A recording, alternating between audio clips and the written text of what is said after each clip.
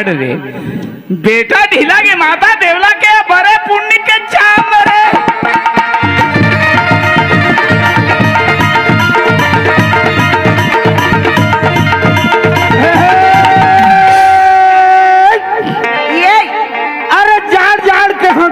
कैसे? अरे जाड़ के हो टूरिए अघन पूछ के जाड़ रे के घर में से तला जाड़ सुझाते रो गोरसी भरे भर कहे टूरी भर दे जुच्छा राख रे।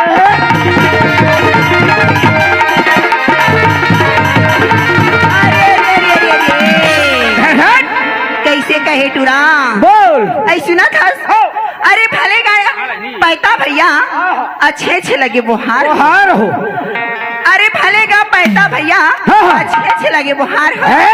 अरे पैया लगा थे गाँव के दई ददा के हमार चारों बहनी के झोंकिया जहार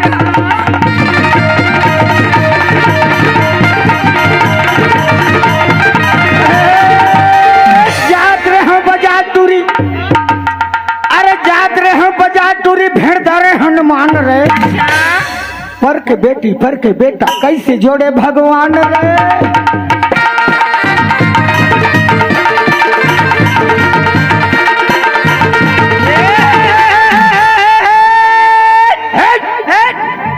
अरे लाली लुलुया टूरा और टीपा टीपा झोर रे अरे लाली भाजी लुलुया टूरा और टीपा टीपा झोर रे कौन ला देख के मुस्की माथा तोर मनिए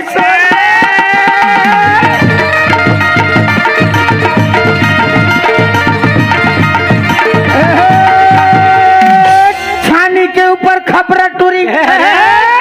अरे छानी के ऊपर खपरा टूरी। हरे हरे अरे खपरा के ऊपर पताल रे पड़ जाबे जोकर मन के सपेटा तो जाना पड़ी अस्पताल रे।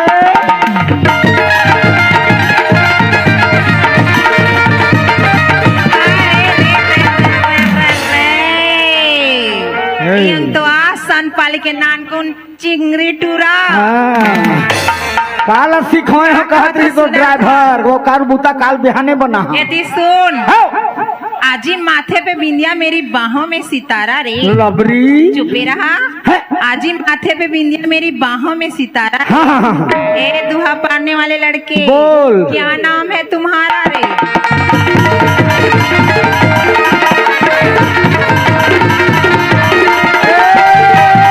पताली के चटनी टूरी अब्बड़ मिठाईगा अब धनिया के पान रे सही में पैते संदपाली में रहता हूँ अमर सिंह मेरा नाम रे।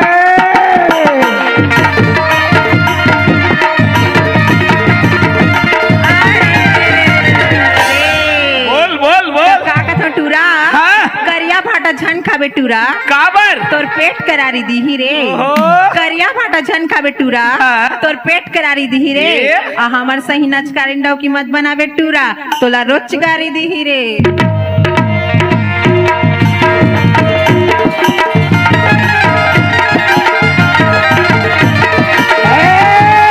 करिया भाटा हम खाबो टूरी। अरे करिया भाटा हम खाबो टूरी अब तेल में देबो बघार रे मैं तो पानी में बघार ही कहत रे तोर जैसे डौकी हम बनाबो लौठी में देबो सुधार रे।